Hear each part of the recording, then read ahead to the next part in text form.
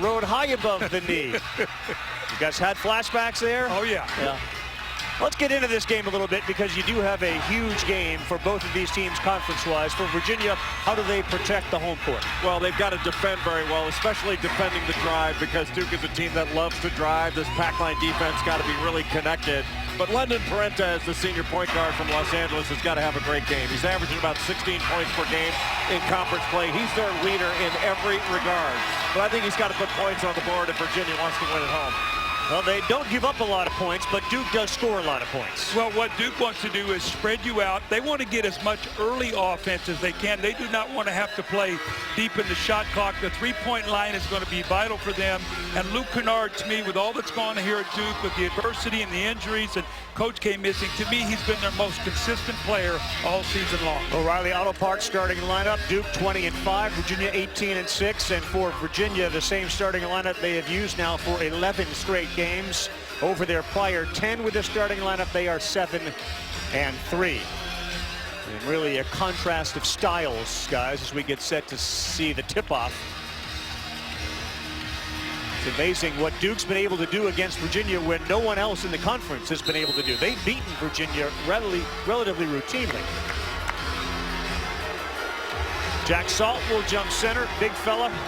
Stands 6'11", 247, and they're going to have to keep him on the floor and not get into any foul trouble with the advantage Duke has size-wise. Expect Grayson Allen to be booed every time he touches the ball.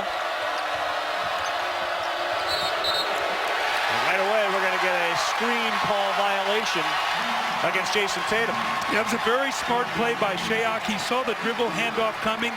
What you do, just run right into it, right in front of the official. That was an easy call to make. Early foul for Tatum.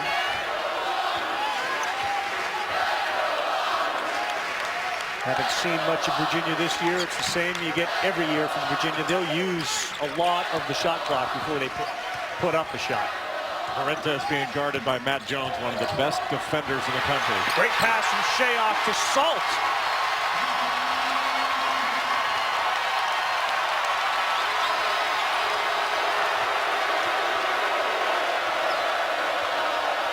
Virginia does such a great job of running deliberate offense. That's an offense they call sides. It's really the old mover blocker that Dick Bennett ran for so many years, and it is really difficult to deal with. Tatum getting more and more comfortable on the offensive end. Three from Allen, no, and the rebound on a run out for Virginia. And they don't run it out, they pull it back. You know, one of the things when Virginia runs those screens on the baseline and they get deep and they curl, if you step your big guy up, it's going to be an easy drop-off, so Duke is going to have to defend that tonight. That's exactly what happened on that first play. You've really got to do a good job of helping up but staying connected at the same time. Taking the curl away, but also the drop-off. Shayok have a game, a good pass for an assist, and now a three-point shot. And if you wanted the crowd to be in it, a 5-0 start against Duke's a good way to do that. Parentis right in the face of Matt Jones. Tatum will try a three. No good. Offensive rebound for Duke. And Jefferson working on Salt, gets him in the air and lays it up and in. Well, Emil Jefferson, you know, Jay, is such a critical part of this team. Those multiple possession plays he gives you. You miss an open three, and he gets the offensive rebound and gets you on the board. And that's the kind of thing that Tony Bennett hates to give up. They play really good defense for 25 seconds and then give up an easy one because they don't rebound. It's usually a pretty good defensive rebounding team. One of the best teams in the country at limiting second shots for their opponent. That's going to be important not only in tonight's game, but on Saturday when Virginia takes on North Carolina in Chapel Hill. Parentis guarding, and it looked almost like Kennard got a push-off. We're going to call a foul on Salt underneath. Watch Shayok here curling the screen, and when Jefferson helps up, that's going to leave Jack Salt wide open. And this is Emil Jefferson, the guy who does all the dirty work, he and Matt Jones around the paint.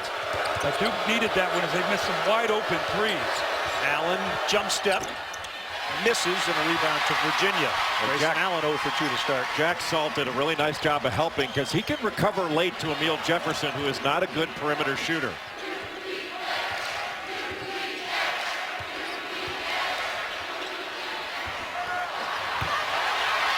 Offensive work on the glass by Salt. Jack Salt, a 6'11", 250-pounder from Auckland, New Zealand. And those really hurt because Jack Salt's not the type that's going to create his own offense. Do a good job of making Virginia take a tough shot and then give up an easy second one. 5-second violation, so a turnover. Well, you can feel the presence of this defense. I mean, they are so well schooled. I think people all around the country watch this pack line defense. There's a lot of people that try to emulate it, but nobody does it as well as UVA. That's exactly right. Doug, you know, I'm a big believer that we always talk about establishing a rhythm on offense. I think teams can establish a rhythm on defense, and Virginia does that as well as anybody in the country. They get their defensive rhythm established, and then they're hard to get out of it.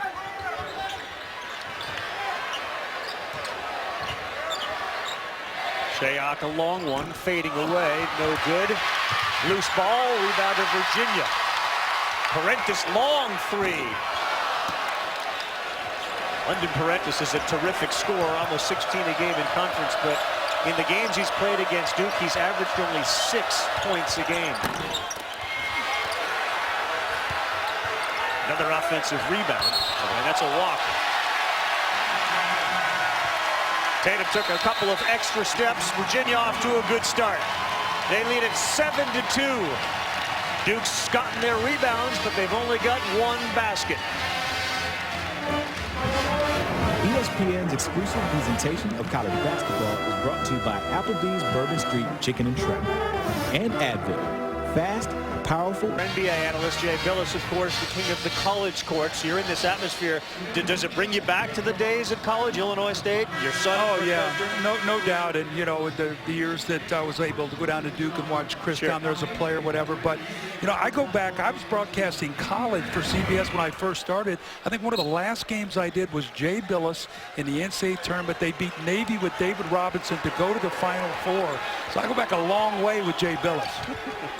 So long, I was going to say, so long that hair. There may be people watching who unfortunately don't even know who David Robinson is. Oh, that's not good. Google him. He was unbelievable. The Admiral.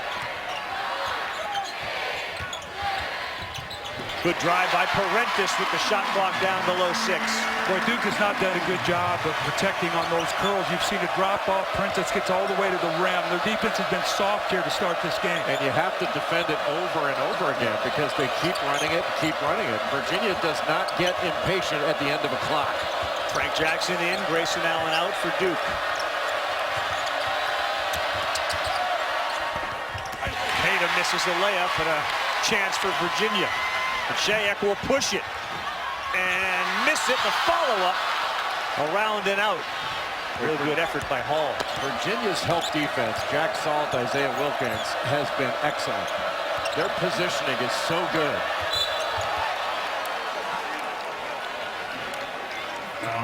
You know, guys, this is what I was talking about with that curl. We've seen the drop off when the big has stepped up high this time. Parentis, who's their leading scorer, watch him comes in. This time you see Emil Jefferson is so afraid to help. You've got to stunt from the top there. That Frank Jackson has got to get back in the lane and force them to kick that ball out and make them shoot some perimeter shots. Couple of substitutions. Darius Thompson now in. Ty Jerome has been very good, number 11. Salt goes to the bench as well. Also in, Mamadi Diakite. Ty Jerome was excellent against Villanova at 15 points in that game. He's going to be a really good player. Kennard followed his shot. We're going to have a jump ball, and the possession arrow goes to Virginia. Thursday on ESPN, number 11, Wisconsin, the Badgers, top team in the Big Ten, battling Michigan, 7 Eastern time. Then Eugene, we go out west, the Pac-12 matchup, the Utes and Dylan Brooks, who leads Oregon. Both games streamed live on the app and watch ESPN. Coach Tony Bennett will give you 8, 9 different players. Duke's bench has not been as deep, and that's one of the reasons Virginia outscores the opponent by almost 300 points when it comes to their bench.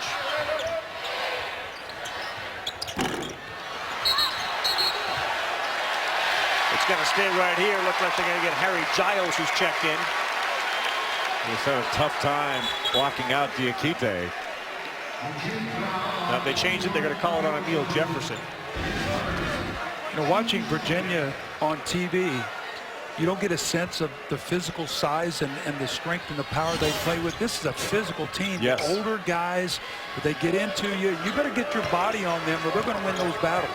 One of the more impressive practices I've seen as far as defensive awareness. I mean, watching Tony Bennett and his staff teach defense and watching how the players will do it, it's really impressive. Well, they practice what they preach, then they play what they preach. And the defense has forced Duke into a real rough shooting night so far. They've made only 1 of 8 field goals. Jefferson may have gotten away with some extra steps, and Kennard makes a 3. That's those open threes. I think Duke has had about 4 open threes they have not knocked in. The one thing, Jay, I don't know that Duke is going to be able to beat them just playing one-on-one. That's when they really load up on you. And so we'll see as this game goes on. Virginia, with a lot of movement in their offense. Duke spreads you and plays a lot of one-on-one. I think if Duke can move the ball a little bit, then attack, and then kick the ball out, they'll get some open shots. Because that pack line does not, it doesn't like to extend beyond that 3-point line. Good steal and a breakaway, and we're going to get a foul. Ty Jerome reached. Well, you know, the essence of any good offense is can you change sides with the ball? Because when you're so well-schooled like Virginia is, they're going to get over on the weak side, and then if you can get back to the other side of the floor, you get them moving. Now you get them to make mistakes. Well, you got a defense that gives up just 55 and an offense that scores 81. So far, edge defense, but Duke can run off some points in a hurry. Yeah, I don't know if you can score 81 in a game unless there's a number of overtimes against this Virginia defense. Grayson Allen splashes a 3, so after starting out 0 for 4 from 3, Kennard and Allen both bag them in, and now it's a 1-point game. Well, it's what Jay was talking about. Drive and kick, get in the gap, make 2 guys play you, and now somebody can get you on the open 3. In this 1-2-2 3-quarter court pressure, it was more containment, but that takes time off the clock. Now Duke doesn't have to guard this half-court offense quite as long. Jared Reuter, 31 for Virginia, into the game. We're going to get an offensive foul.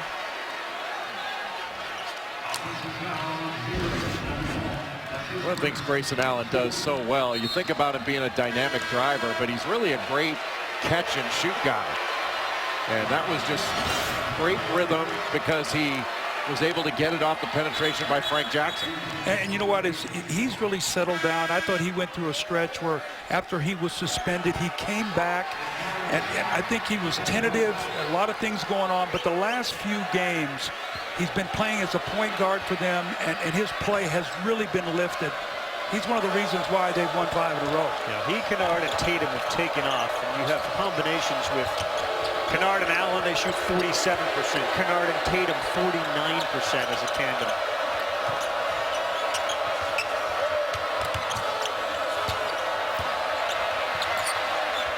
That's a tough shot. That shot works at the next level there, Coach.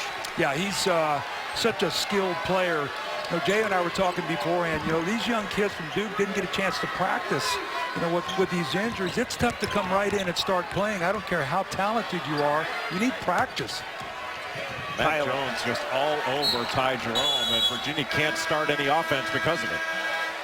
They're starting to pick him up further down the court. If they were guarding Billis, they'd have to pick him up 94 feet away. We will get into that conversation. Little one-on-one crossover. Billis and the coach. What happened to those shorts? You see the size of my feet? That's like 180 steps. That ain't no 94. Of course, Doug was the #1 overall pick by the Sixers in '73. Over 7,400 points, a 4-time All-Star. And he coached Jordan with the Bulls and the Wizards, just part of the great resume. 2 observations from the 94 feet. When Jay said the great Doug Collins, you didn't flinch. He said, go on. And then secondly, how literally you took the question, where were you physically? Yeah, I mean, I was just following the lead. I loved it. Thought you were going to tell me how much you could bench press. No, I would not do that. I was like Kevin Durant. I could get 185 up one time at the draft camp. That's not the way it is anymore. And speaking of weights and withstanding a punch, Duke certainly withstood that first punch and now have gone on a run to grab a 10-9 lead. Duke kind of took away the rhythm of Virginia by going to that 1-2-2 because the time it takes to get the ball up court, they don't have to guard as long in this half-court offense, and it's been really beneficial. And their shooting from the outside has not been good so far for Virginia. They've gone scoreless for now 5 minutes.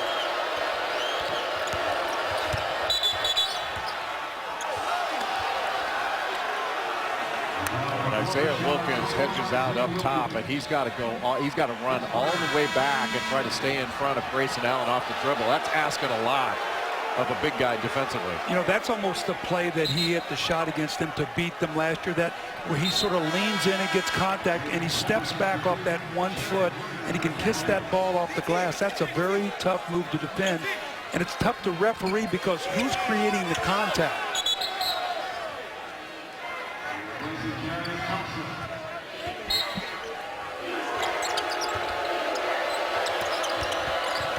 Tough pass as Werder had his hands up there and deflected it on the inbounds. Yeah, that was almost a layup. Oftentimes in that set, the screener is the one that's going to be open rather than the cutter.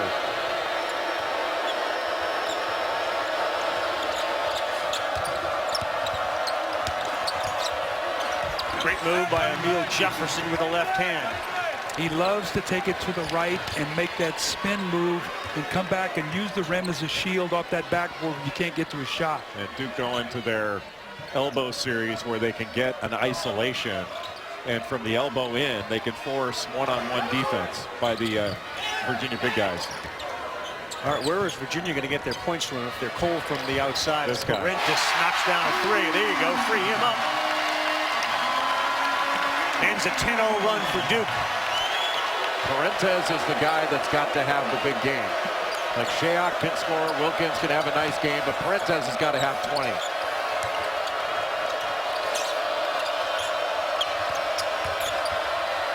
Kennard threw some contact, threw it up, didn't get the foul call, and we got one underneath on Duke. Okay, this is where you were talking about that little elbow series. You drive him, he cuts you off, and there's no help. He swings back in with that left hand, uses the rim to protect himself. You get caught going over the top of that screen, little fade out to the corner, and London Parentis is as good of an open shooter as there is in the ACC. In his first 3 years here, he had Malcolm Brogdon to go to. He didn't look to score as often, and now that he needs to be a primary scorer, he's shown he can really do it. What I love about him is the pace he plays as a point guard, especially the way this team runs their offense. They're never scattered. Shayok took Kennard to the hole, and he missed the layup.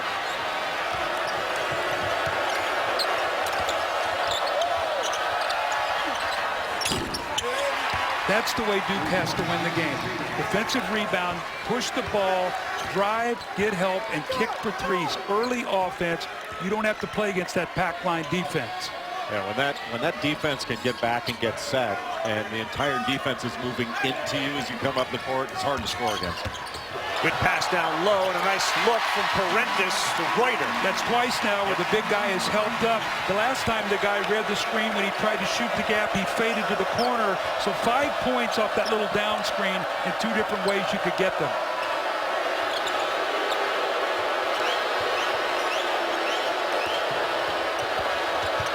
Allen, great pass and good hands on the catch, and the flush from Harry Giles.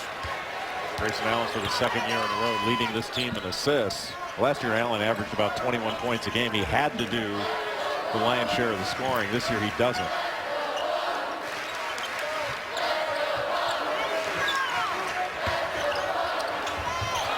Pretty move with that reverse, Devin Hall. And once again, you saw Luke Kennard that tried to cheat it. And when you do that as an offensive player, you fade to the baseline and then either shoot the ball or drive it to the rim. Virginia makes such good reads as a defense. They may not be as talented, especially up front. They have a hard time scoring with their front court guys, but tell you what, this is a well-drilled team. Allen fadeaway misses. Good hustle by Parentis. It looked like he was close to losing the ball, but he tipped it to his teammate. Really, all 5 guys for Virginia go to the defensive glass. The guards don't leak out. They get in there and help.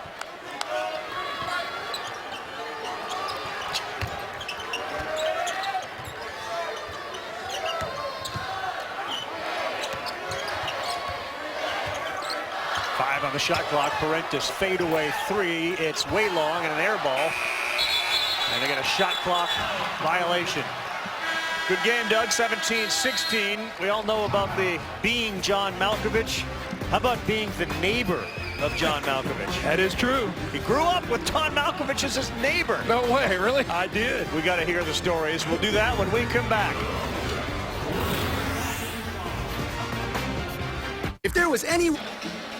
Welcome back, everyone. Carl Ravitch, Jay Billis, the coach Doug Collins, and one of the things you looked for, Doug, coming into this was how quickly one team was going to be able to get a shot off and vice versa. Duke's had only 3 possessions, which have lasted 10 seconds or fewer. Yes, well, so they're playing right into the way Virginia wants. They're going to get you down and grind you, right. And it's tough to shoot a high percentage when you get late in that clock. And Virginia's used to taking those kind of shots because that's the way they want to play. I promise we'll get into the being the neighbor of John Malkovich in a moment. And now that we got a foul call, let's do that. Let's flush that out. What was that? When did you know? I mean, like, this is an interesting dude. I would have never known that about him when he was young. He was a huge sports fan. His grandmother owned the Benton Evening newspaper, and my dad was a sheriff. I grew up in the county jail. Really? Yeah, I was like Opie. My dad was a sheriff. My uncle was a deputy. My grandmother was the cook. And John Malkovich's grandmother owned the newspaper, a small community. But when he went to Illinois State, actually, he started getting involved, and then he went to Second City there, Steppenwolf Theater in Chicago, and that's really when it took off. The Cusack family, Gary Sinise, and that's really when I saw him start to take off as an actor. Still friends? Oh yeah, absolutely. I don't see him that much very often because he's spends a lot of time out of the country now. I grew up next to the Mitchell twins. One of them actually went to Virginia, so that's the tie-in there, but nobody famous. You know who's a neighbor? And Chuck Norris lived in my neighborhood, and I'm sure he brags about living near me a lot. Was he out in the backyard breaking things all the time? No, he had a karate studio down by the bowling alley, and it was pretty popular. I wasn't allowed in. Ooh, big block at the rim. Marquez Bolden just showed up. Marquise Bolden has got great feet, and he is big and strong. Begging for the ball down low. He's got a mismatch down there with Thompson on him. Now, he's got an NBA body. I mean, you look at his shoulders, and this kid's got a chance to really fill out. I mean, he's got quick feet. I've really never seen him in person before.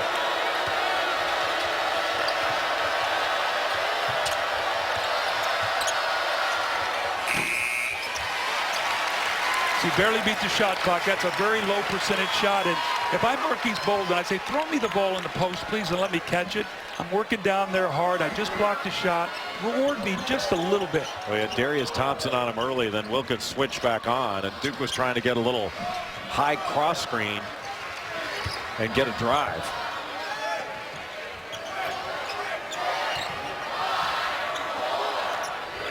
Got to shoot it.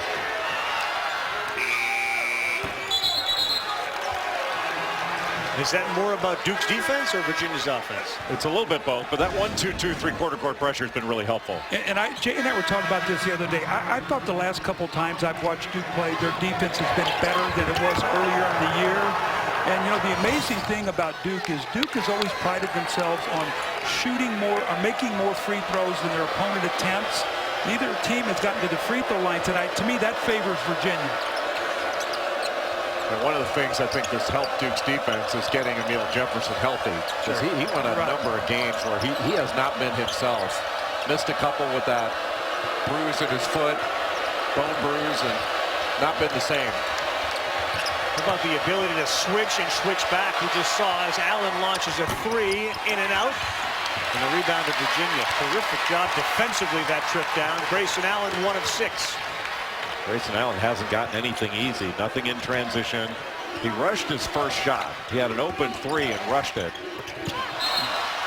They are trying to feast on that back cut. That one went off the fingertips of Shayok. The NBA All-Star Weekend starts Friday in New Orleans. The celebrity game this year on ESPN. The Sixes, Jamel Hill, she'll coach G East. Michael Smith coaches the West. Little help from Draymond Green. 7 Eastern time, Superdome streams live on the ESPN app and watch ESPN. That's going to be a tough goal for Hill and Smith. Access denied at the rim. Golden has to eat one.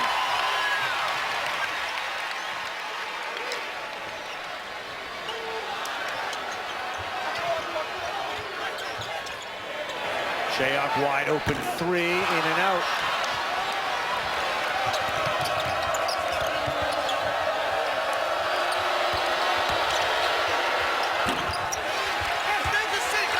Grayson looking for contact. There really wasn't much. And that was an early attack, which means Duke's going to spend that much more time on defense. Sometimes you play against Virginia, it becomes a time of possession game. Here come your free throws as Wilkins drew the foul underneath. 3:33 to go in the first. Golden picks up his first in a 3-point game.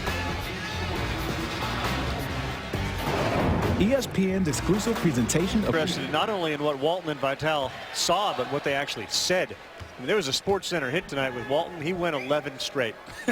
My guess is there was a lot of discussions about the history of volcanoes. No doubt.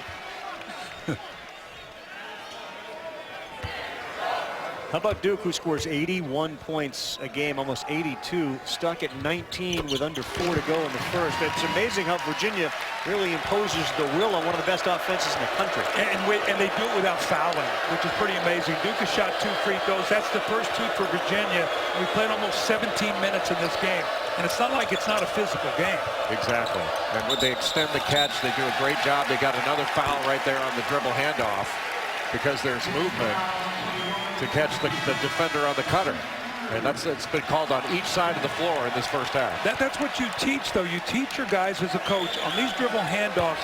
If that guy is moving and doesn't get his feet planted, go right into him and put the onus on the foot. That's a moving screen, and they've seen it twice now here with Duke here early in this game. Number 55 stands out, the defense for Virginia, and Jefferson picks up his 3rd foul, so he goes to the bench. Harry Giles already with double-digit minutes. Good fade.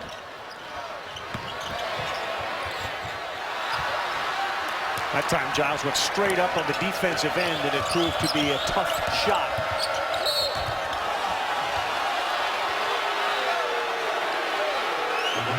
I think Duke gets a break on this play. I think he was trying to pass that ball to Giles on the lob on this, Jay. I don't know what you think, but the last minute he did try to get it up with the rim. They're going to get him 2 free throws. It looked to me he was trying to throw a lob on that play. You tell me what you think on this play. I thought the same thing, but really the key was Tatum being aggressive in transition after they got the stop on one end to get up the court, because you're not going to be able to get into the lane as easily once you're running 5-on-5 half court. If you can push it up the court quickly, then you've got a chance.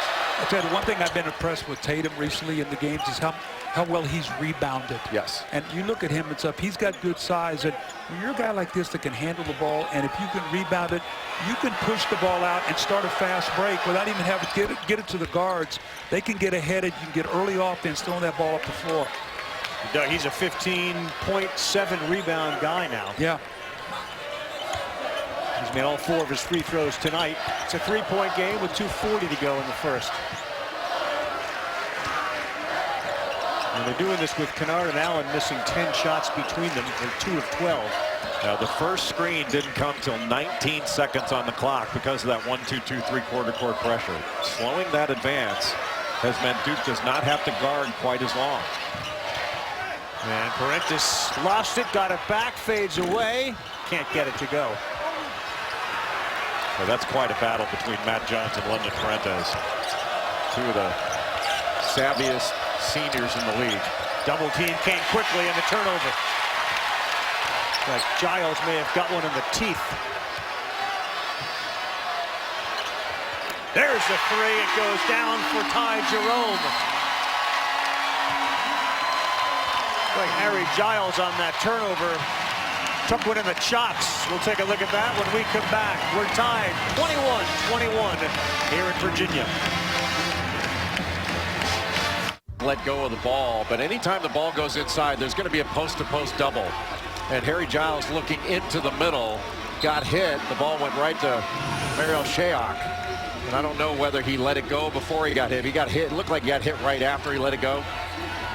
The important thing, if you're going to trap the post and double team, that guy coming over has got to get into that guy's body and be physical where he can't see the guy to pass through. Kennard was the open man, but he couldn't find him.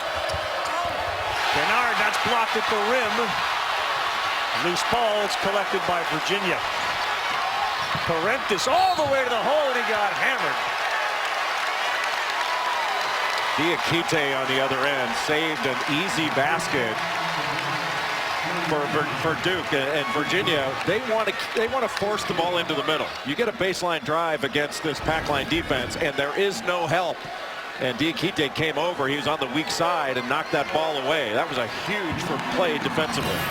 Coach, tell me about the difference defensively between college and the NBA. And this may be a little different because of Virginia's defensive tenacity, but is there a difference? Oh, yeah, definitely. But I think one of the things that both levels have tried to do, Carl and Jay, is get freedom of movement into the game. It was becoming so physical that skill was being negated by guys being able to grab and hold. And basketball is a game of skill. Now, you have to be strong, obviously, and all those kind of things, but it's a game of skill, and when you can grab and hold and negate that, you lose the beauty of the game. Right, if the last minute and a half of the first half goes like, the first part of the first half, Duke's going to be held under 30. That's really remarkable defense by Virginia. There's a turnover, and they have been in their face all night. I'm a big guy on closing halves, closing quarters. Looked like Duke, they had gone up 3. They had a chance to do that couple turnovers. Jerome hits a 3. They get to the free throw line. So there's a chance for UVA to get a little separation going into the halftime. And Jerome coming into the game playing the point, that lets London Parentis work off the ball where he can be even more of a threat to score. 7 turnovers in the game for the Blue Devils. Kennard tips it away. Will collect with under 10.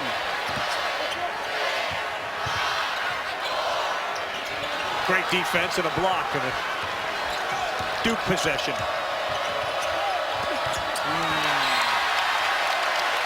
Looked like Harry Giles, and you could tell me, Jay, may have gone up before he had the ball. Yeah, he wanted to score right away, just lost it as he was going up. But the essence of defense is they speed you up. Yep. And you've seen here as they've been sped up is when you start making mistakes. And that's what Virginia does. They wear on you over a course of time. And that's what you have to be so disciplined and stay with what you're trying to do.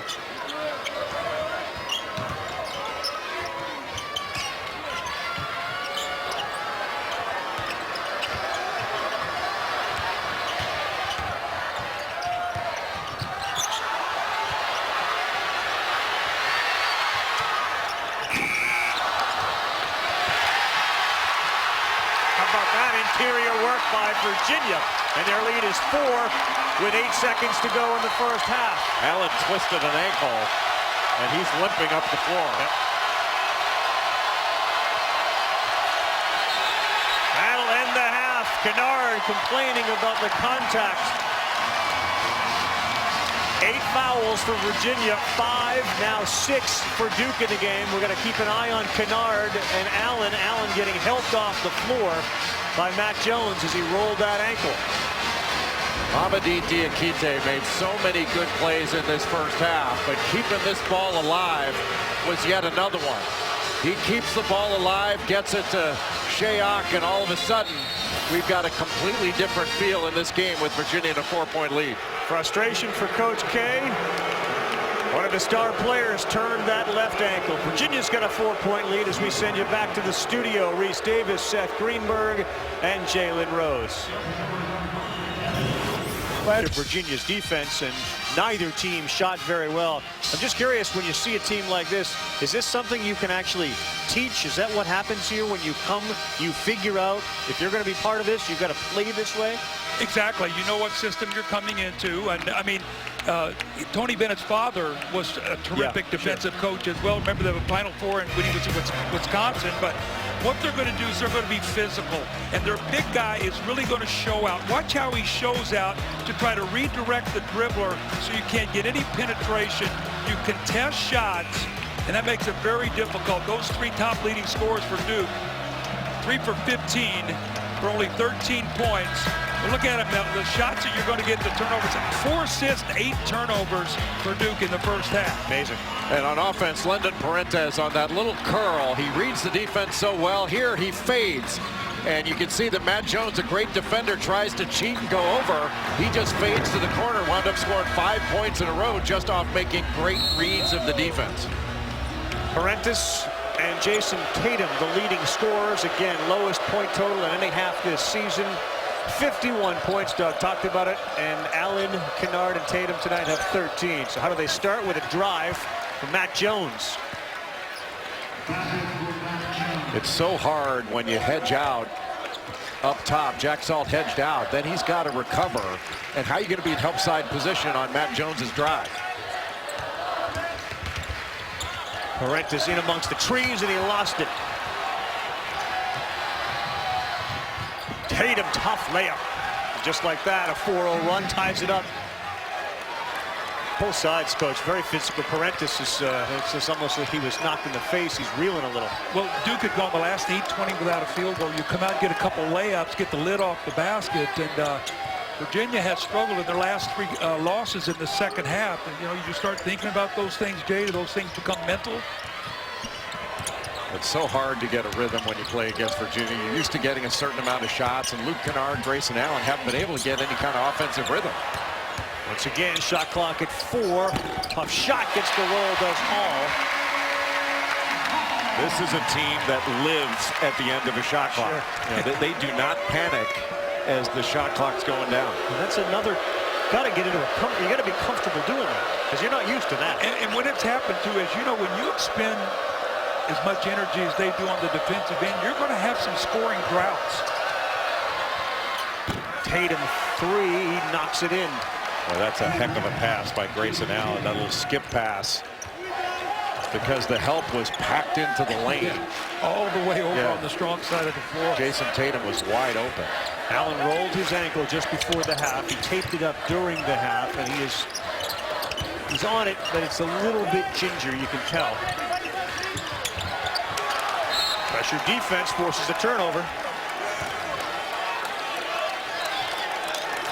To Doug's point, Virginia's defense in their 6 losses, their second half, it's amazing the points, but the shooting percentage at 61% in second halves of their losses is an astronomically high number for Virginia. Yeah, they don't have very many losses, but I think it's really remarkable what Tony Bennett has done with this team. They lost Austin Nichols early in the season. He was going to be their inside scorer. And you can see the pure talent of Jason Tatum.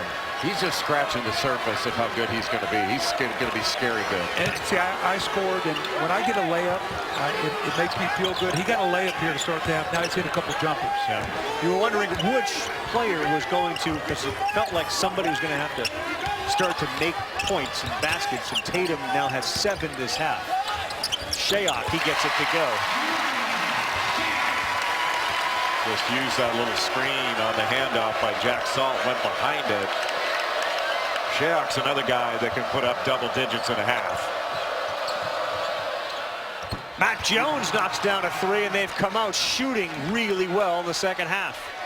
Well, they're getting a hard roll off that high screen, and they're spreading the court really effectively. But when the roll is hard, I think that really helps the offense. Well, they call it a little shake action, Jay, is what they call it, where the guy shakes up behind the guy. As he's rolling, his guy has to chuck the screener. You can't get back to him. You got to get up on top of the floor. You just can't get there after you bump the screener, at the roll guy. You played and coached for years, Coach. Do you enjoy a game like this where it happens to be a defensive struggle? You like the muck? I love all kinds of games as long as they're competitive. Yep. You know, it could be 120 to whatever. I love competitive games. The beauty of the game to me is in the competition. Well, again, both these teams, same record in conference, and it affects the bye, really, when it gets to the ACC tournament, whether you play on day 2, get a couple of days off. And still, big games left on schedule for both teams. Tall order to expect Jason Tatum to block out Jack Salt. Salt is so strong.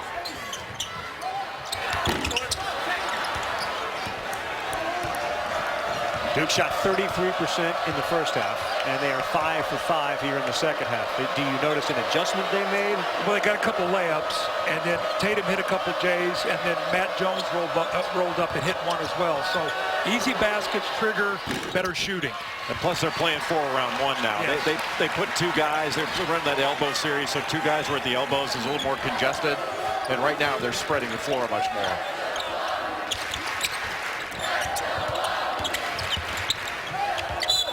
Parentis, they'll count it, and the foul, and that's the 4th foul on Emile Jefferson. Figured he'd be a big factor. He's going to the bench. We take a look at the standings. Carolina wins again by 20 tonight over NC State. And then Louisville and Virginia, Duke and Florida State. All a game back.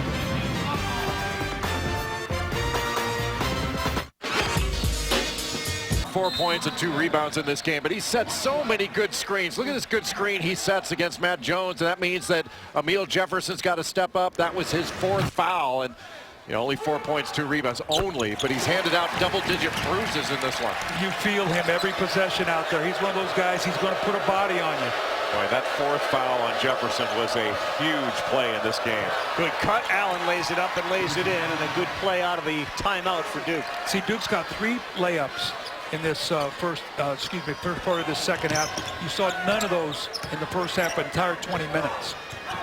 Going back to this 1-2-2 3/4 court pressure, and I think that that's a great strategy, because right now not a pass has been made in the half court. 15 seconds on the clock. Tough pass. They try to get it into Salt, and it was picked off by Giles. I think the 1-2-2 takes away any offensive rhythm that Virginia can establish by moving the ball side to side and really getting a bunch of movement. Makes them more stationary. Well, big minutes tonight for Giles, and certainly Tatum continues to play big minutes, with Jefferson now with 4 fouls. That one was either deflected or fouled, but nothing called.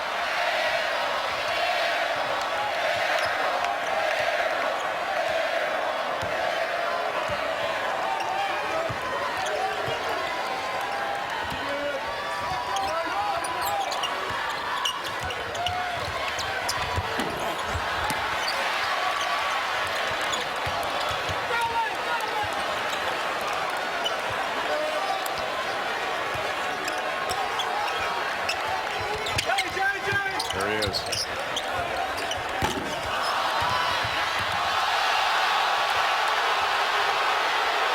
People want to foul on that, but 2 guys going after the ball is basically incidental contact. That's why the referees didn't call it. I agree with that. It's a play on. That's just an aggressive play. Ended up with a good shot with Parentis 3, but for a second it looked like Wilkins didn't realize they had a basically 2-on-1 underneath on that offensive rebound, and he threw it back out. See, that action that Duke just run, when they bring Matt Jones back after Giles' screen, I'd love to see him throw the ball into the post. They didn't get a post catch. They're doing everything from outside in. Let's work inside out a little bit. And a tough shot that was awfully quick, and now they got to guard. They just guarded for 30-plus seconds. Now they got to do it again. Yes. Good hands again. Second possession we've seen Giles getting away and steal the ball.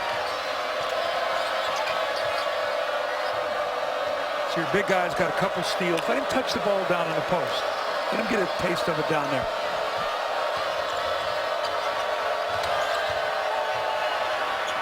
Old school. Luke Kennard does that as well as anyone.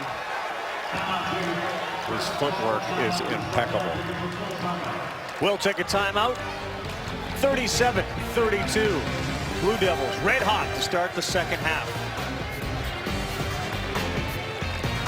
If there was any way to make the $10 any pizza carryout deal from Got 7 of 10 of the second half, and as they come out of a timeout, we look back on a timeout. Better Decisions brought to you by Sony View. That's a nice little play out of the timeout, the little bump at the top and the easy layup. Duke 7 for 10. Interestingly, Virginia has 4 turnovers here in the second half. They had 4 in the first half. They averaged 10 for the game for the season, which is 4th in the nation. So when you play a low possession game, you can't turn that ball over. And again, only 5 points each for Kennard and Allen tonight. Tatum's got 14 now. Well, one thing Virginia's got to do, they got to start converting on these offensive rebounds that they're grabbing. Top three, long three from the corner, and a big shot by Ty Jerome. He's the one that hit that shot in the first half when they were really bleeding to try to get a bucket. He was so good. He had double hip surgery in high school, was kind of out of the loop in the high school circuit, but he is absolutely unafraid when he steps onto the court. 43% from three-point field goal. Just the thought of double hip surgery sounds awful. I've had it. You don't want it.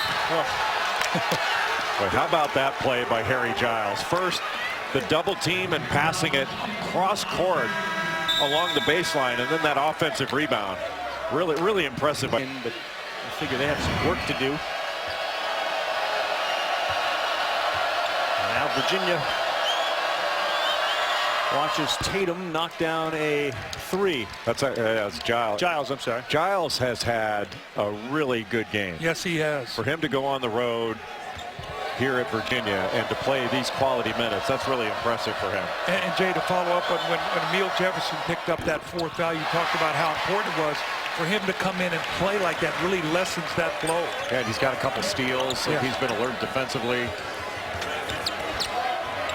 5 points, 3 rebounds. Kyle Guy into the game. He's a sharpshooter. So they have Guy and Jerome, both threats from the outside. Now on the floor, and Jerome knocks down a jumper.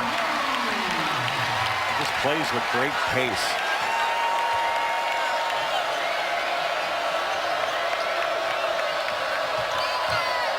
Kennard, they say there was contact. It almost looked like the Virginia defensive players moved away from him. But he'll go to the line as one of the better free throw shooters in the country. Thursday, number 11, Wisconsin, the top team of the Big Ten. They'll take on the Michigan Wolverines at 7 Eastern time, and then Eugene for a Pac-12 matchup. The Utes and the Oregon Ducks. Both games streamed live on the app and watch ESPN. Mentioned Wisconsin earlier as see Jack Salt underneath there. He's from Auckland, New Zealand. There was a player for Wisconsin with Tony Bennett's dad as head coach that led ultimately to Jack Salt's awareness of Virginia. Yeah, it was Kirk Penny. He played there, I can't remember, the early 2000s.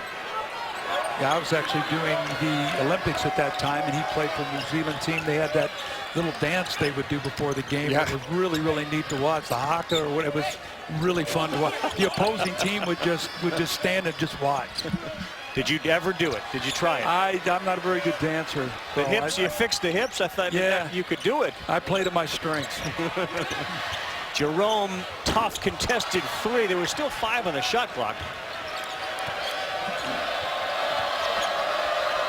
Well, Duke has taken away whatever offensive rhythm that Virginia could establish. They established some rhythm early on in the game, but I really think that 1-2-2 3/4 court pressure was a game changer.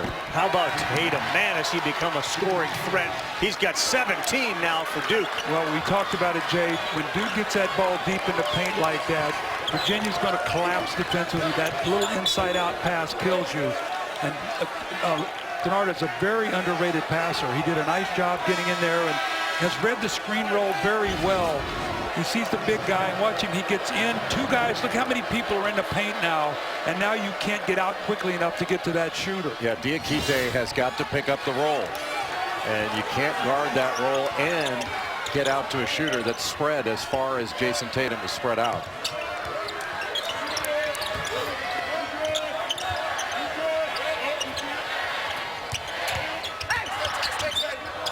Jerome's going to have to throw it up again. Off the iron, work on the offensive glass, and Diakite comes away with it. Now he'll shoot it.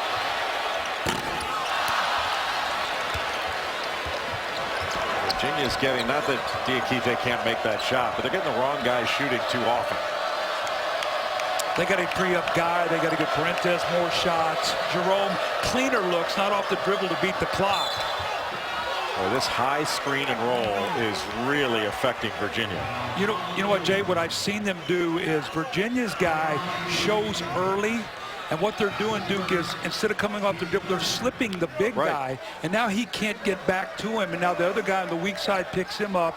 You get a chain reaction. Now the weak side is open. So Duke's big guys are doing a better job getting out of that pick quicker. But you wonder if Virginia even needs to guard it that far out. They don't. Like, why not just play with your heels on the three-point line? And if they want to set a ball screen out that far, go ahead. You know what ends up happening is, like, this is the way we play. This is the way we play. And sometimes you've got to make an adjustment.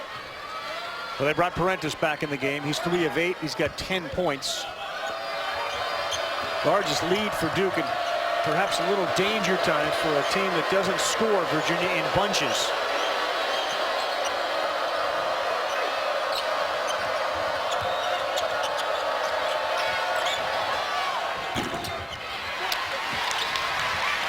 Almost had another one. I mean, that was just a great shot that was missed. Yes. That was the right shot.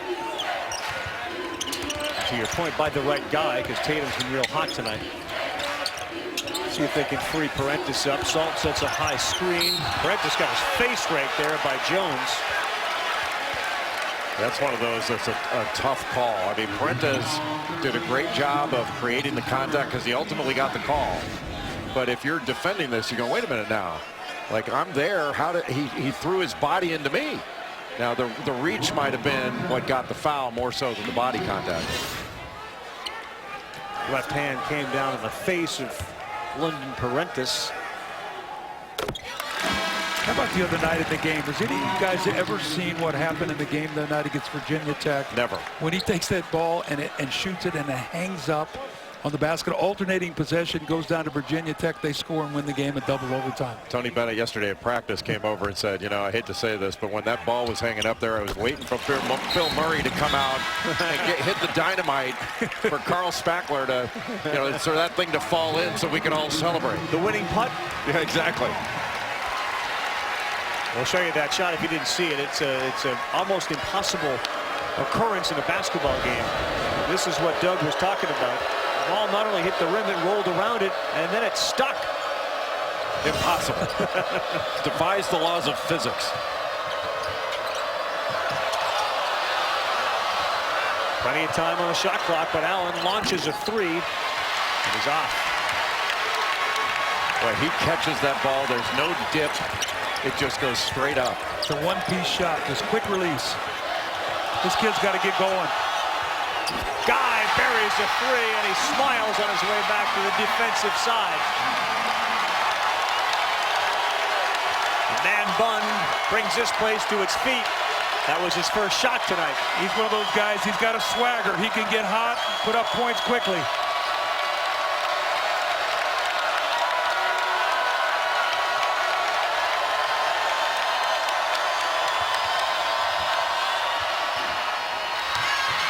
Neil Jefferson with 4 back in the game, picks up the offensive rebound. Where Virginia was fortunate there. Diakite went after a block shot that he shouldn't have. It almost opened up an easy second shot for Jefferson. Jefferson with Parentis on him. Big mismatch. Kennard 3. That's out. Rebound and a good play by Diakite, who was falling down. Guy. Good hands by Grayson Allen, who stepped out of bounds.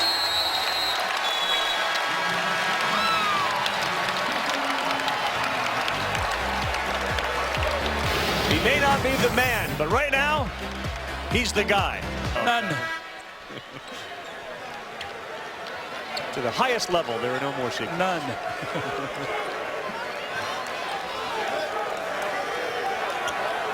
See, this is where, as a coach, I used to love, can we get a bucket out of this timeout off a set play? Can I steal a basket? Like Duke did when we showed the Grayson Allen cut to the basket. Can you win the timeouts? Can you get a stop? Those are the ways you pick up points, and especially in a tough defensive game like this. And free up Guy, who drives it, throws it up with his left hand. Who's it off of? So it may have gone off of Kennard's leg. It stays Virginia ball. Isaiah Wilkins with almost another offensive rebound. You know, Virginia's got 10 offensive boards in this game, but they've only converted them for 4 points. And that's hurt the Wahoos a little bit. because getting those second opportunities and not converting, that takes a little air out of you. And this is where I'd like to see that reset go to 20 seconds. Yes. And so you don't have to give another, because it would change, pick up the speed of the game, more possessions. That's what they do in international basketball. Once it's in the front court, if you get a reset, it goes to 20. It actually goes to 14 because they have a 24-second clock, but the same concept. Because you don't have to bring the ball up. There's no reason to have the extra time. And it changes the end of the game. You know, you get an offensive rebound, you still might have to shoot the ball rather than have to take a foul. Tatum on a shot that was contested. There was a ton of contact there. This is a man's game. Had it and lost it. About as physical a game as you've seen this year? It's one of them. Yeah, it's one of them. Bruising affair at 43-42.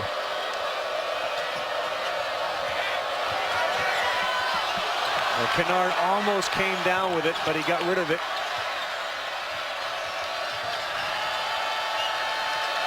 And now 5 on the shot clock and in trouble. Tatum's going to have to pull up. Got it! What a shot!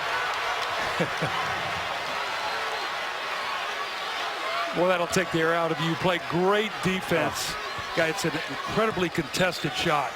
Right, and as great as that defense was, that's just great offense, trumping it. Sometimes offense trumps that. Yeah, a great offensive player. He's got 20 now.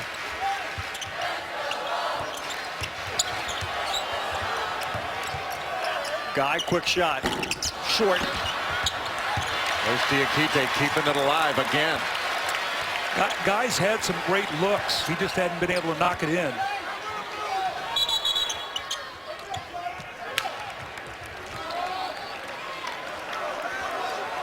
Tony Bennett wants to talk it over. He calls a timeout. The guy came in, made a shot. They put Ty Jerome on the bench. He's been their most effective outside shooter and still only a 4-point game. Saturday, double dip. SEC, ACC at 6 Eastern, 13th ranked Kentucky. He's in Athens. He'll take on Georgia. Then we take you to the Dean Smith Center, Chapel Hill. That's where our game day crew, Jay Reese, Jay Williams, Seth Greenberg will be there. Our Saturday primetime game. It's Virginia and North Carolina. Both games streamed live on the ESPN app. And watch ESPN. Another reason this game feels so big for Virginia. Your next game is Saturday at Carolina. Well, Jason Tatum has been outstanding in this ball game. He's done it every way you can. He's driven the ball. He's pulled up for jumpers and has knocked them down. He's coming off a great game that he had against North Carolina. He had 19 points, 9 rebounds, and 5 assists against the Tar Heels. Had 19 points, 14 rebounds against Notre Dame. Missed 3, no friendly roll after the battle. They're going to call that foul on Wilkins. And that was once again Jason Tatum with a big defensive rebound. So his fingerprints are all over this game right now. If Duke is able to win this game, he's going to be the guy that's probably going to take him home tonight. Tony Bennett's not happy with the play. But as physical as this game has been, there's only been 6 fouls committed by both teams. 4 for Virginia, 2 for Duke in this half, and they're just about even for the game. That's a long way from the bonus.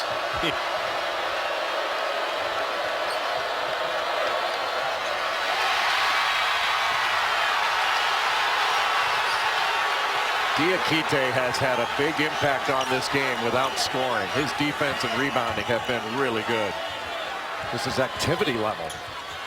Shayok has struggled from the floor, 3 of 11. Jerome back in the game. He's been good. That ball deflected by Kennard.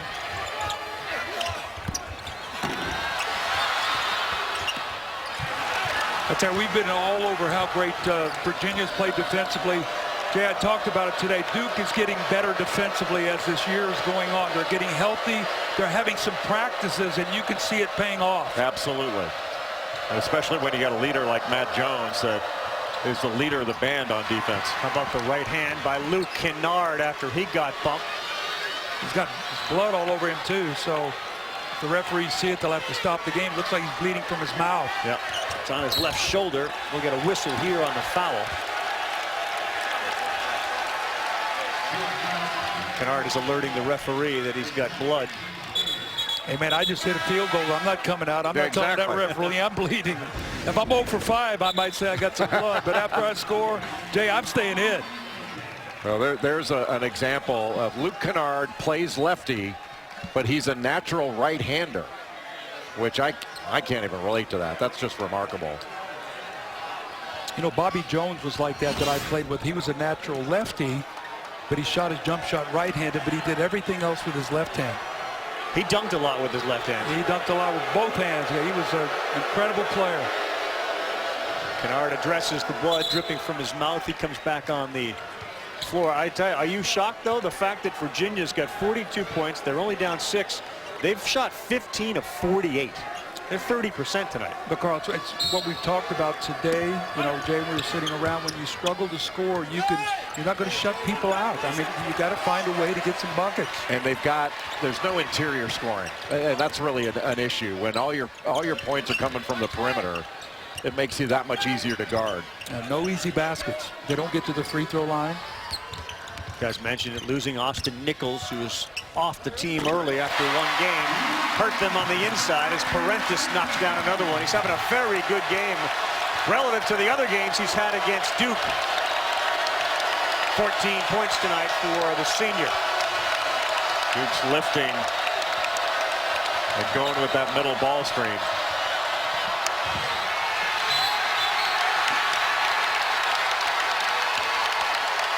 Kennard tried to dribble through, and he lost it. Speaking of Kennard, we'll take a timeout and see how he's putting in a lead. Less than 4 minutes to go, 48-44. Carl Ravitch, Jay Billis, and Doug Collins. Virginia has certainly imposed their will. I mean, fewest points scored by Duke in any game this year is 64. We're going to get a hold out of the break. Grayson Allen. Jefferson's been getting some minutes with 4 fouls.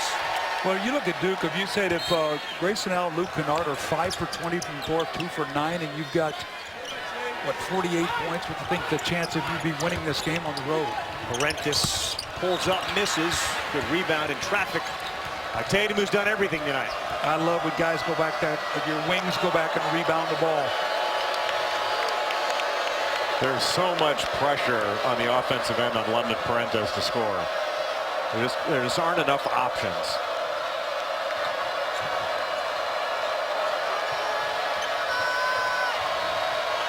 This has been Tatum's wheelhouse. He launches a 3, gets another one. Boy, he likes it when it gets under 10. How poised is he for a young player? That's just individual achievement out there. Didn't need a ball screen or anything. Just got his own shot on Isaiah Wilkins. 5 of 6 from three-point land, and the lead grows to 7. What a pass. Missed layup and a rebound for Tatum. Now he's got 9 rebounds to go with his 23 points. Guys, I talked about the difference in the three-point line tonight and what that might mean in the game. Duke is +9 from the three-point line. They're winning by 7. Virginia needs a stop. Boy, Salt just gave Tatum a shot. Well, they got it to the right guy, and there's 3 seconds on the shot clock. He's made them all so far. He makes another one! Jason Tatum, 6 of 7 from 3, 26 points, and a 10-point lead. How do you guard that? You don't. How do you guard that? That's just great offense. Clock winding down a couple times. Deep 3, 6 for 7, 19 in the second half. Jay, you talk about how good he was against Carolina in the second half the other night, but it was amazing. You see Grayson Allen, like, I'm going to get him the ball. He's the one that got it going. Everybody just got out of his way and said, go to work. Both those over Isaiah Wilkins had an outstretched arm. It wasn't like that was poorly defended. That was a tough shot. Well, I would think big picture, though, and we talked a lot about conference records. You have Kennard and Allen, to your point, Coach, struggling tonight. You now have a legit, if not #1 option in Tatum, and that's really come this year. How you look at Duke, I think, right? The perception of the team improved, isn't it? Well, they've got multiple scorers. I mean, they've done a great job defensively. That's where they've really improved, is on the defensive end. But they've got multiple options to score. And Virginia does not have those same options. Yeah, but hasn't he matured as a scorer? Of course, yeah, absolutely. A lot better. But you know what? He's the second leading freshman scorer in the league. You know, he's been scoring throughout the year. It's just he's having a spectacular game in this one. You know what's amazing is how much he's respected by Allen and Kennard out there at this moment to get him the ball, knowing he's hot. Good drive. They needed that. There's 8 points with 96 seconds to go. Watching Tatum, Doug, how does he translate at the next level? There's a lot of focus on Kennard here. Well, I mean, you think of Ingram, who played at Duke last year, who's now playing for the Lakers and stuff. Long, rangy wings that can put the ball on the floor. I mean, the NBA game now is a game of playmaking. You know, it's a point guard-driven league in a lot of ways, but wings. You have guys that can make plays, Jay, can get in the paint, drive and kick, can shoot threes, have size, can rebound the ball. I mean, he's a prototypical NBA wing player. He's long, he's athletic, he can handle it, and he can also defend. And the rebounding, I mean, he's been rebounding at a really high level, especially in the second part of his season, because you know, he missed the first 9 games. Now, this is a guy that didn't have a ton of practice time early on in the season.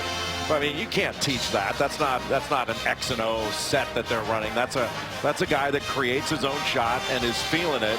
And they've been going to him and going to him at the end of the clock. You know, I've always said, you know what, make great coaches is great players. Yep. And every great coach, every Hall of Fame coach has had great players. And Coach K's had his share through the years, obviously. You see all these guys up there. These are NBA scouts putting up the reports right now. And, did they say we like Tatum? Oh, yeah, we love Tatum. Yes. That report's not going to be a very long one, so you're going to draft him. You know, this does speak to some of the issues, though, that we've highlighted throughout the game. Virginia's inability to hold leads and get outscored badly in the second half. And how efficient the other team's offense has been. The last 3 losses, their opponents have shot 67% in the second half, and Duke in the second half has shot the ball very well. 57%. Yeah, but part of it is when you're not making your opponent take the ball out of the net at all. And that's been an issue for Virginia. They can't score. And it's a team, when they play really athletic teams, they're not able to get to the free throw line. And so it just puts a ton of pressure. I really think not having Austin Nichols, and it's Austin Nichols' fault why they don't have him. But that's really hurt them because they've got no interior scoring. That was an interesting, I'm sure you saw it, but Emil Jefferson was on the free throw line on the inbounds. He looks at Tatum and he mouths, "Get open. You go get open." And they foul Tatum. Team fouls. Virginia now 6, Duke 5, and Virginia's out of timeouts. Well, Jay will tell you, there's no greater feeling you have as a player when you have the respect of your teammates. Like, we need you now. Get the ball and finish this game for us. I heard that. I didn't know that. Well, Johnny Dawkins used to say that to Johnny, right? Like, Johnny, go get the ball, please. Everybody respected Johnny. Yes. That guy was a stud. Still is. And as good a player as he was a better person. No question. One of the all-time greats. I don't know a better guy. Now Duke, a very good free throw shooting team this season, almost 75%, sends Luke Kennard to the line. We haven't seen much of Frank Jackson tonight. He has not played much. We've not had a stellar night from Kennard and Allen. And you look up there, and Jay, you talked about it to me the other day. You said, you know, Duke is starting to play the kind of defense that now puts him in the talk of being a team that could win a national championship. Yes. Early in the year, they were a bad defensive team. Now it's starting to click in. You guys both know from your experience how hard it is to win on the road. This is a tough place to win, but it feels like Duke is going to do it again to Virginia. Remarkable, Virginia's numbers against everybody else in the ACC the last 4 years, like 58-13, and they're looking to drop to 1-4 against Duke. And Tony Bennett against is 2-9. It'd be 2-9.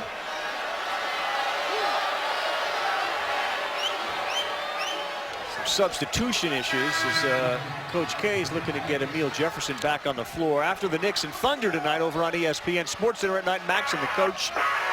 Russell Westbrook's incredible first half of the season. They'll put under the microscope the rest of the NBA, NHL, more college hoops. Spring training, baseball is back. In fact, the champion Virginia baseball team riding the bus down south, watching this game on the bus. NFL news, everything else, SportsCenter at night after the Wednesday double dip on ESPN. It streams on the ESPN app.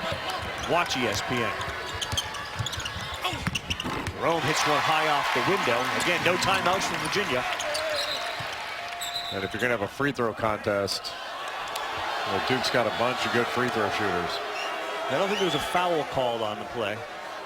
Not sure whether it was a clock issue or what it was.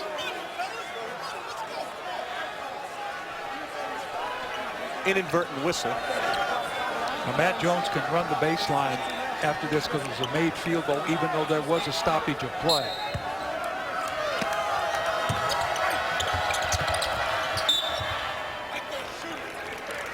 There's Jackson now. Duke is shooting 90% from the free throw line. They've only taken 10 of them, but they've made 9 of them. Yeah, Frank Jackson is another good free throw shooter. He shoots close to 80%. When you've got guards like Luke Kennard, Grayson Allen, both of them shoot over 80% from the free throw line. It gives you a lot of confidence at the end of games.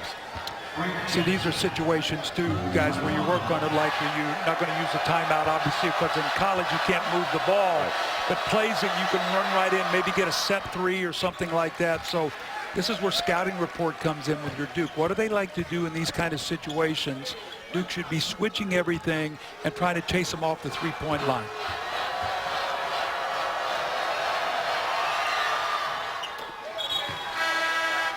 Ten-point game will bring Jefferson in, send Jackson to the bench. We're keeping that 1-2-2 3/4 court pressure on. I really think that was a big factor when that started. Actually, it went man, but when that started midway through the first half, that really, I thought, turned the game.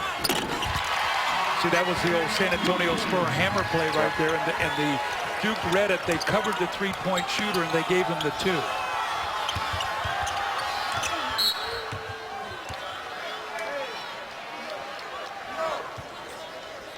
You know, guys, this is what I was talking about with Virginia in the second half of their losses. The Villanova loss, you could see -11, West Virginia -10, Syracuse -16, and this is what has happened. And teams have been much more efficient offensively against them in the second half. And for Tony Bennett, the DNA of this team is defense, but somehow point in time, I think I saw something where in his time here, when they score 70 points, they're 92-6. Right. And the way the game is today, you've got to score. Got to score. But the sort of fly in all those number ointment is Duke. They held Duke to 70 or under, and they're going to do it again here in 10 of their last 11 meetings, and Duke's dominated. Yeah. So what does that say about Duke? They're good. Yes. And all the things that were said about in the preseason now are starting to come to the front. 13 of 14 from the free throw line. Guy, long three, way off, and Kennard with the rebound. And Duke is going to come into Virginia, get a huge road win, move a game ahead in the standings. And boy, what a night for Jason Tatum. They were really struggling with Allen and Kennard 5 for 20 tonight. Jason Tatum 8 of 12, 6 3-pointers, 26 points in 35 minutes. And 8 rebounds. Well, without his fabulous performance, this game would have had a totally different feel. I mean, it might be 50 of 50 right now, but he was magnificent, absolutely magnificent, especially in the second half. Well, you spoke about it. I mean, Virginia didn't have a guy like that because Duke locked in, to their leading scorer, London Presentes, and nobody else could pick up the pace for them. There was nobody else that they could find. Guy had some good looks, couldn't get anything going, and Jerome made a couple buckets, but nobody else could score. Virginia has lost so much from last year. I think it's remarkable. Their record is what it is.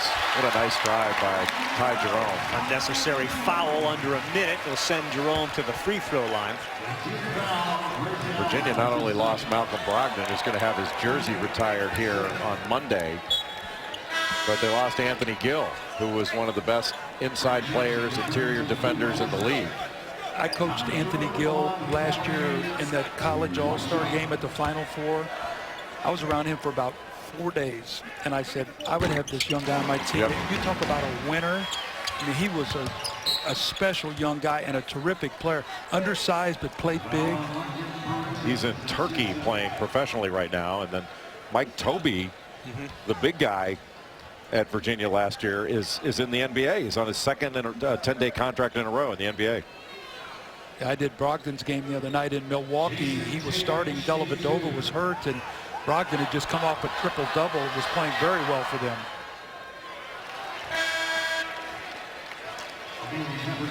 Point number 27 for Tatum. The way he was making his three-point shots, you figured he would just move back about 6 steps to shoot this free throw.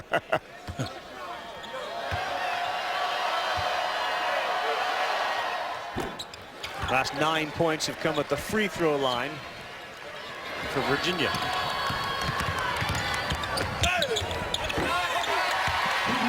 Trading 2 for 2 free throws isn't going to help them win a game.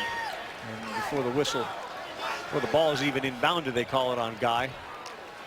How about for your Duke now? Okay, so you're coming down the stretch of games. It's close games, and your 3 leading scorers all shoot 82% or better from the free throw line.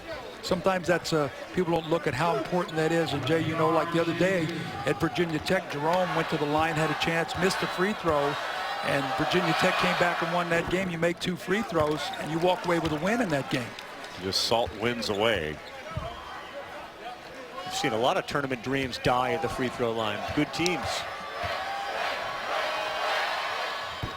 Awfully impressive. They're 15 of 16 tonight from the free throw line.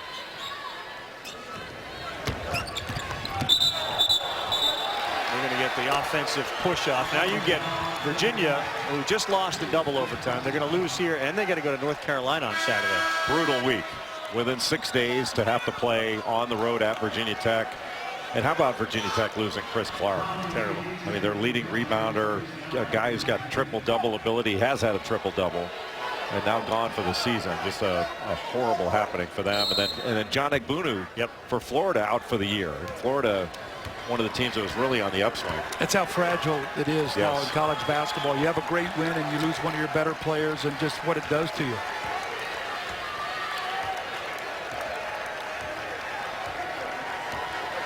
Well, Coach, the crossover's been an education.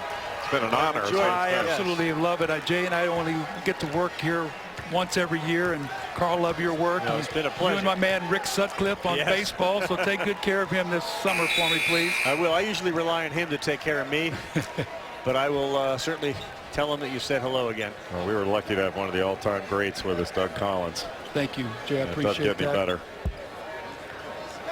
Game's been awfully good to me. 45 years in the NBA. I would have taken 45 minutes when I was 16. Well, you've been good to the game. Nobody has loved the game more than you have. I promise you that. Duke a winner. Final score 65-55. Jason Tatum 28 points, 8 of 12 from the floor, and 6 of 7 from 3. As we just talked about, it's been a true pleasure to share the courtside seats with